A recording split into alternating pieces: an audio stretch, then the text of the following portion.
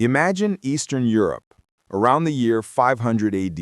Forests stretch unbroken for 1,000 miles. Rivers cut through the mists like veins of silver.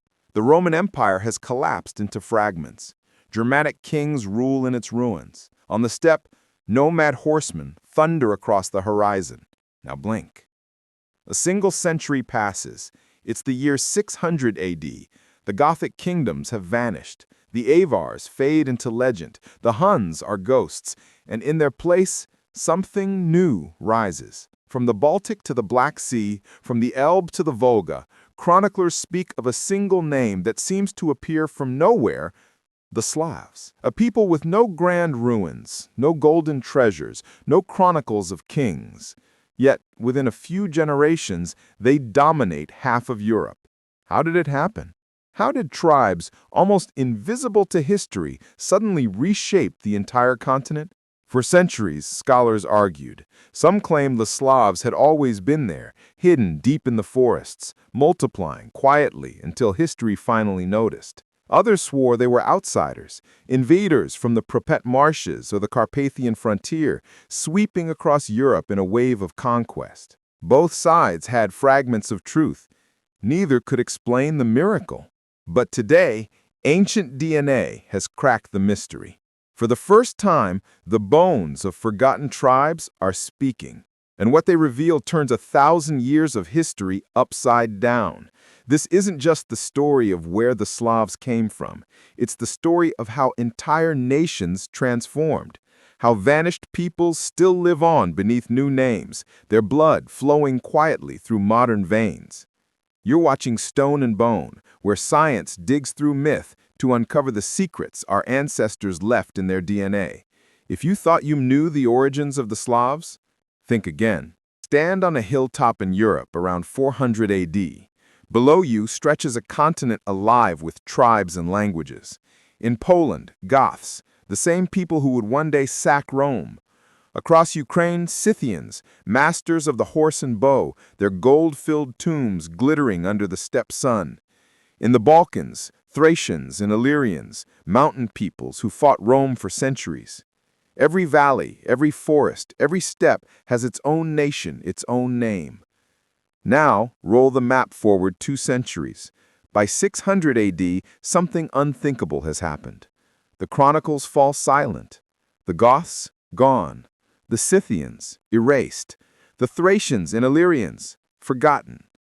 And in their place, one name repeats across every scroll and chronicle: the Slavs. Byzantine writers describe their raids across the Danube. Arab geographers speak of their trade routes reaching the Caspian.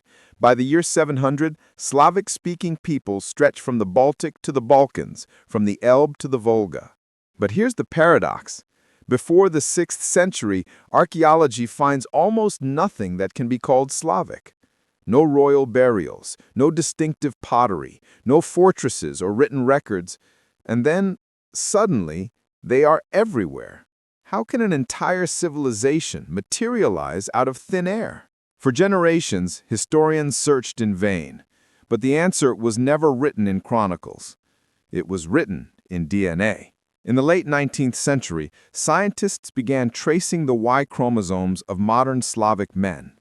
Again and again, one lineage appeared: R1A. At first, it seemed like the Slavic signature, the genetic stamp of a people, but there was a problem. R1A wasn't just Slavic. It was ancient. It appeared in India among Brahmins, in Iran among Persians, even in Viking graves in Scandinavia. It was like finding a Toyota at a crime scene. It proved someone had been there, but not who. Then researchers zoomed in on the details, the subclades, the tiny branches of the genetic tree that reveal the real story. 2 stood out: R1A Z280 and R1A M458. Z280 clustered in Eastern Slavs, Russians, Belarusians, Ukrainians.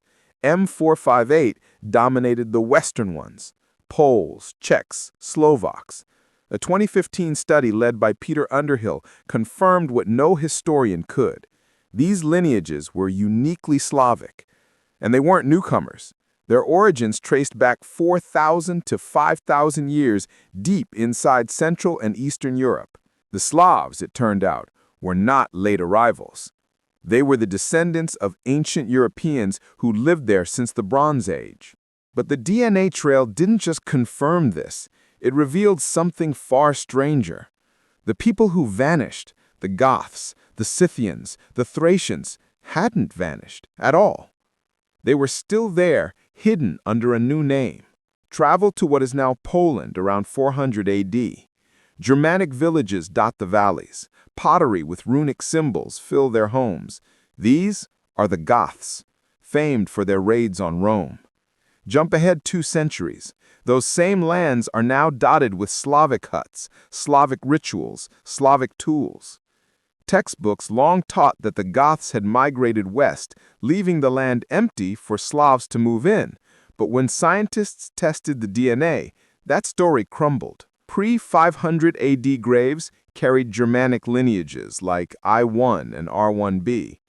Post-500 AD graves carried R1a M458, the Slavic marker. And yet, their autosomal DNA, the full genetic picture, barely changed. Over 80% of the genes matched. The 2018 Current Biology study confirmed it. The people of early medieval Poland were the same as their supposed Germanic ancestors. The Goths didn't vanish. They stayed, adapted, and became Slavs.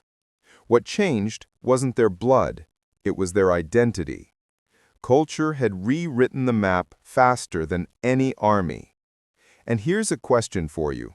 When history changes, what truly changes first, the people or their story? Now ride east onto the endless Ukrainian steppe. For 1,000 years, this was Scythian territory, fierce horsemen whose archers terrified empires.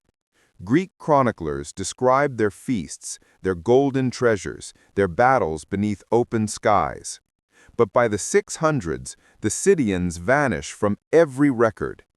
In their place, Slavic villages rise, timber huts, clay pots, farming tools. Historians called it extinction. Genetics calls it transformation. Ancient DNA from Scythian burials showed deep ties to the Yamna steppe herders, the same people who once spread Indo-European languages across half the world. And when modern Ukrainians were tested, the match was undeniable. A 2018 science study led by S.K. Willerslev confirmed that the DNA of ancient Scythians overlaps heavily with that of modern Ukrainians and southern Russians. The Scythians didn't disappear. They simply changed their language, their customs, their names. The riders of the steppe became the farmers of the Slavic age. Their golden armor turned to iron tools, their songs translated into new tongues, but their blood endured. Now move south into the rugged mountains of the Balkans. This was the homeland of the Thracians and Illyrians, tribes so fierce that Rome itself feared them.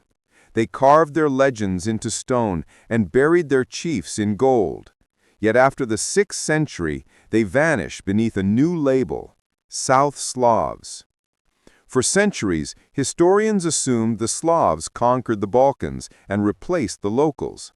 But genetics told a different story. Across Serbia, Croatia, Bosnia, and Bulgaria, the dominant Y chromosome lineage isn't R1a, it's I2a, an ancient marker that traces back over 10,000 years to Europe's first hunter-gatherers. Studies in Nature, Mathieson et al. 2018, confirmed that this lineage has persisted in the region since the Mesolithic age. That means today's South Slavs are not descendants of invaders. They are the direct heirs of the prehistoric peoples who lived there long before Rome. When Slavs arrived, they didn't replace the Thracians, they absorbed them. Culture changed, blood did not. By now, the pattern is clear. In Poland, the Goths became Slavs. In Ukraine, the Scythians became Slavs. In the Balkans, the Thracians became Slavs. No genocide, no mass replacement, only assimilation. So how does a culture erase identities without erasing bloodlines? The answer lies in adaptability. Early Slavic communities were simple and flexible. They didn't demand kings or strict hierarchies. Their pagan faith didn't crush local gods, it absorbed them. Their language was remarkably easy to learn, almost designed for diversity. It spread like a virus, not by force, but by function.